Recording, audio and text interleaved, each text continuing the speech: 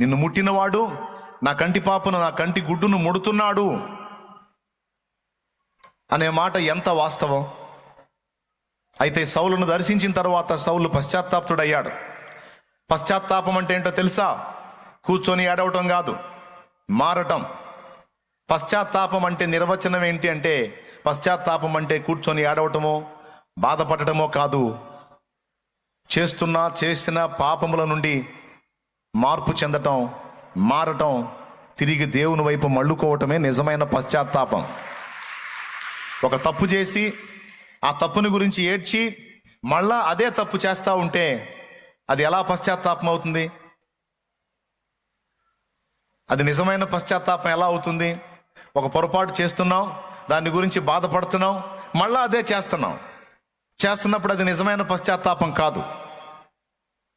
మరి నిజమైన పశ్చాత్తాపం ఏంటంటే, ఒకసారి నా నుండి ఒక తప్పు జరిగిన తరువాత దాని విషయంలో నిజంగా నీకు రోషము, బాధ, సిగ్గు ఉంటే మరోసారి దాని జోలికి వెళ్లకుండా ఎట్లనైనా దానికి వ్యతిరేకంగా పోరాటానికి నీవు నడుము కట్టి మళ్ళా యుద్ధాన్ని ప్రారంభిస్తావు.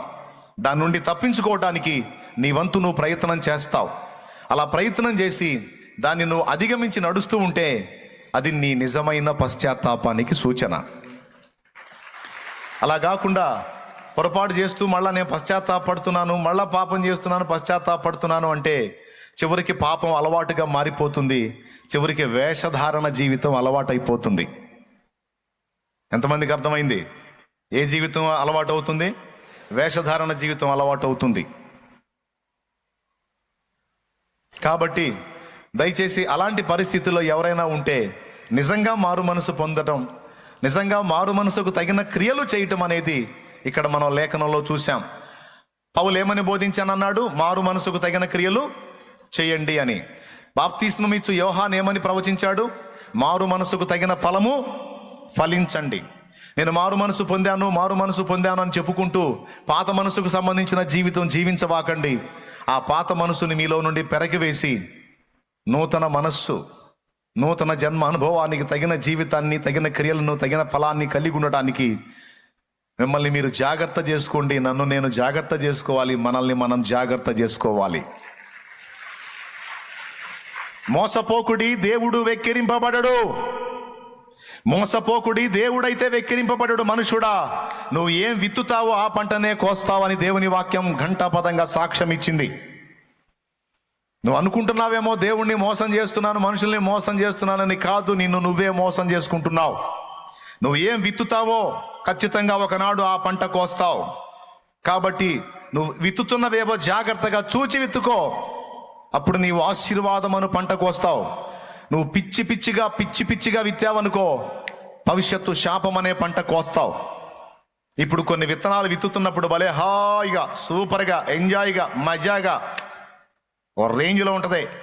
కానీ దాని ఫలం నీకు వచ్చినప్పుడు అది నీవు అనుభవించలేనంత చేదుగా ఉంటుంది. దేవునికి స్తోత్రం కలుగును గాక. హల్లెలూయా. పెద్దగా చెప్పండి. ఆ చేదును నువ్వు తట్టుకోలేవు. ఇంకొక మాట కూడా చెప్తాను. విత్తేటప్పుడు ఒక విత్తనమే, తిరిగి మొలిచేటప్పుడు దాని ఫలం ఎంతో మీకు తెలుసు. గోధుమ గింజ ఒక గింజ మనం నాటితే చెట్టు అవుతుంది, దాని నుండి వందలాది గింజలు వస్తాయి. ఆశీర్వాదానికి సంబంధించిన విత్తనాలు మనం విత్తుకుంటా వెళితే రేపు భవిష్యత్తులో ఆశీర్వాద ఫలాలు ఎంత ఉన్నతంగా, ఎంత విస్తారంగా వస్తాయో గుర్తించండి. శాపానికి సంబంధించినటువంటి పనికి మాలిన పాపిష్టి విత్తనాలు మనం విత్తుకుంటూ పోతా ఉంటే రేపు భవిష్యత్తులో దాని తాలూకు ఫలాలు ఎంత వికృతంగా, ఎంత విస్తారంగా రాబోతున్నాయో కూడా ఊహించుకొని ముందుగానే జాగ్రత్త పడండి. ఖచ్చితంగా మనం చేసిన వాటి ఫలం మనం పొంది తీరాల్సిందే, తప్పదు. అందులో భేదం లేదు. అది నేనైనా మీరైనా ఎవ్వడైనా సరే దాని కోటింగ్ అనుభవించాల్సిందే. ఓకేనా? కాబట్టి స్పష్టంగా మీకు ఈ మాట అర్థమైందని అనుకుంటున్నాను. ఆ వెలుగు కనబడినంతసేపు, ఆయన స్వరం వినబడినంతసేపు అంతా బాగానే ఉంది. ఆయన అదృశ్యమయ్యాడు. ఆ తర్వాత సౌలుకు కళ్ళు కనపడలా. తడవలాడుతూ ఉన్నప్పుడు తనతో కూడా ఉన్నవారు చిన్నగా ఆయన దగ్గరకు వచ్చి ఆయన్ని పట్టుకొని దమస్కు తీసుకెళ్లారు. ఎందుకు వచ్చాడు అసలు దమస్కులో ఉన్న క్రైస్తవులను ఇబ్బంది పెడదామని బయలుదేరాడు. కానీ ఇప్పుడు దారిలోనే ఏమయ్యాడు? దమస్కులో ఉన్న క్రైస్తవులను చంపుదామని బయలుదేరినోడు దారిలో ఏమయ్యాడు? దేవుడు దర్శించిన తర్వాత తానే క్రైస్తవుడయ్యాడు, తానే క్రీస్తు అనుచరుడయ్యాడు, తానే దేవుని పరిచారకుడయ్యాడు. దేవునికి స్తోత్రం కలుగునుగాక. హల్లెలూయా. అలా వెళ్ళిన తర్వాత దమస్కులో తిన్నని దనబడిన వీధికి వెళ్ళి యూదా అనే వాని ఇంట చేర్చబడ్డాడు. కళ్ళు కనపట్టల్లా, పొరలు గమ్మేశాయి, తెరుద్దామంటే కళ్ళు తెరిపిళ్ళు పట్టల్లా, ఏం అర్థం కావట్లా. అక్కడ ఉండి ఆ దర్శనాన్ని మళ్ళా తలంచుకుంటూ ఆ దర్శనంలో కనపడ్డ ప్రభువుని, ఆయన ఇచ్చినటువంటి ప్రత్యక్షతల్ని, ఆయన ఇచ్చినటువంటి గురిని మళ్ళా ధ్యానించుకుంటూ, ప్రభువా నా మూర్ఖతను క్షమించి నన్ను బ్రతకనిచ్చావా? నీ పిల్లల్ని చంపాను, ఆ క్షణంలోనే నువ్వు నన్ను చంపేది ఉండే ప్రభువా, నన్నెందుకు బ్రతకనిచ్చావు? నేను బ్రతక తగను, నేను బ్రతకాల్సిన వాడిని కాదు, నేను చావవలసిన వాడిని. నిన్ను నీ పిల్లల్ని తోలనాడాను, హింసించాను, బాధ పెట్టాను, క్షోభ పెట్టాను. స్త్రీలు, పురుషులు, పిల్లలు అన్న భేదం లేకుండా నీ బిడ్డలందరినీ చాలా ఇబ్బంది పెట్టాను. అలాంటి నన్ను, నీ సంఘాన్ని కూకటి వేళ్లతో సహా పెకలించాలని కలలు కన్న నన్ను నీ సేవకునిగా పిలిచావా? నీ సాక్షిగా పిలిచావా? నీ పరిచర్య చేయమని పిలిచావా? నీ నామాన్ని చాటించమని పిలిచావా? ప్రభువా నాకింత కృపనిచ్చావా? నన్నింత క్షమించావా? ఏడ్చుకుంటున్నాడు, దర్శించుకుంటున్నాడు.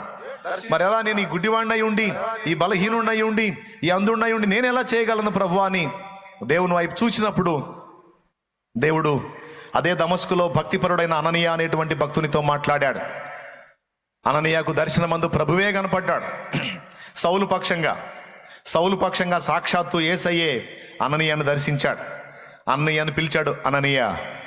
అననీయ అని పిలిచాడు. దర్శనమందు కనపడి, ప్రభువా నేనున్నాను అన్నాడు. నీవు లేచి తిన్నని దనబడిన వీధికి వెళ్ళి యూదాను వాని ఇంట తారుసువాడైన సౌలుని గురించి విచారించు. అతడు నీవు వచ్చి తన మీద చేతులుంచుట అతడు చూచి ఉన్నాడు.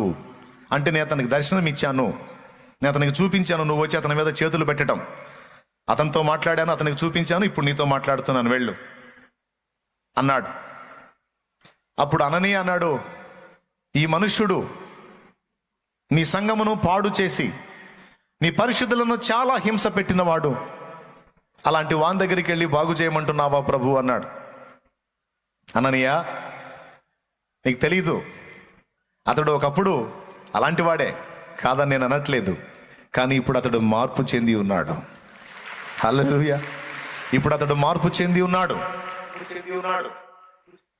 నా నామమును భరించుటకు అతడు ఎన్ని పాటలు పడాలో నేను అతనికి చూపిస్తా.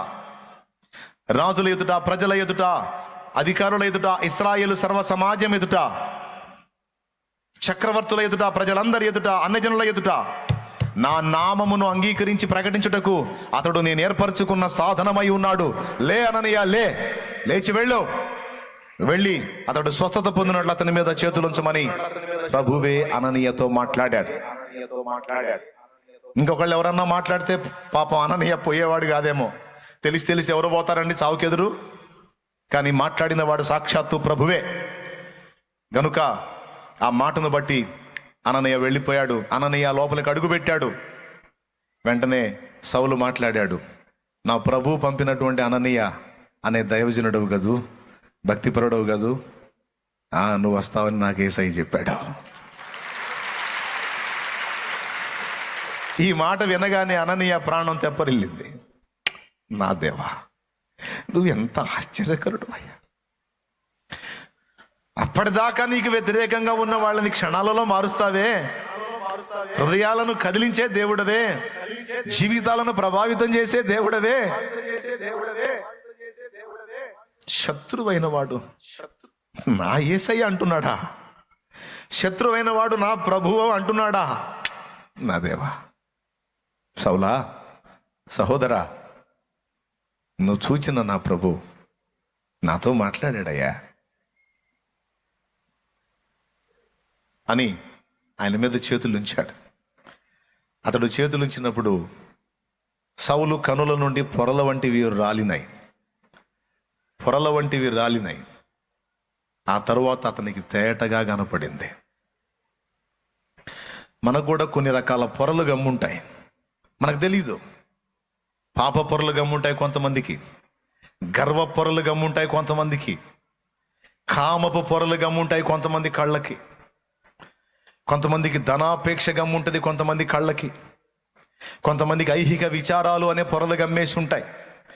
ఆ పొరలు మనకు దృష్టిమాంద్యాన్ని కలిగిస్తాయి, అంధత్వాన్ని కలిగిస్తాయి. దేవుడు జోక్యం చేసుకుంటే తప్ప ఆ పొరలు మనకి రాలవు. అవి నీకు కలిగి ఉన్నా, నాకు కలిగి ఉన్నా, మన వారికి కలిగి ఉన్నా, ఆ పొరలు రాల్పి దృష్టి తేటగా కనపడి వాస్తవాన్ని వాస్తవికంగా చూచే కళ్ళు దేవుడు ఇవ్వాల్సిందే తప్ప ఏ మనిషికి కూడా అవకాశం లేదు. అననీయ ప్రార్థించాడు, సౌలు బాగుపడ్డ తర్వాత అననీయ అంటున్నాడు, సౌలా సహోదరా, ఇక తడవు చేయట ఎందుకు? లేచి ప్రభు నామమును బట్టి ప్రార్థన చేసి బాప్తిస్మం పొంది నీ పాపాలను కడిగేసుకోయా. చూడండి, యేసు ప్రభు దగ్గరికి వచ్చిన తర్వాత, భక్తుల కళ్ళకి కమ్మిన మాయపొరలు రాలిన తర్వాత, మొట్టమొదట భక్తుని నుండి వినబడుతున్నటువంటి మాట ఏమిటో తెలుసా? యేసు ప్రభు నీ జీవితంలోకి వచ్చాడు గనుక, యేసు ప్రభు నిన్ను ముట్టాడు గనుక, యేసు ప్రభు నీ బ్రతుకులోనికి ప్రవేశించాడు గనుక, ఇక నీ విషయంలో ఆయన జోక్యం ప్రారంభమైంది గనుక ఇక తడువు చేయకూడదు, ఇక ఆలస్యం చేయకూడదు. మరేం చేయాలి? లేచి ప్రభునామమును బట్టి ప్రార్థన చేసి మారు మనసు పొంది పాప క్షమాపణ అంటే పాపాలన్నీ కడగబడు నిమిత్తము బాప్తిస్మం పొంది పరిశుద్ధుడుగాను పరిశుద్ధురాలివిగాను మారాలి. ముందు చేయాల్సిన పని అది. ముందు చేయాల్సిన పని ఏంటి? పాపములన్నీ కడగబడి పరిశుద్ధపరచబడినట్లు మారు మనసు పొంది బాప్తిస్మం పొంది పరిశుద్ధపరచబడాలి. ఇక తర్వాత నెక్స్ట్ ఏంటనేది ఇక దేవుడు చూసుకుంటాడు. తర్వాత ఏం జరిగింది అనేది ఇక అననీయ చెప్పలా, సౌలుతో స్వస్థపరిచాడు. తర్వాత మారు మనసు పొంది ప్రభునామమును బట్టి ప్రార్థన చేసి బాప్తిస్మం పొంది పాపాలు కడిగేసుకోమన్నాడు. స్పష్టంగా ఉంటుంది, చూడండి.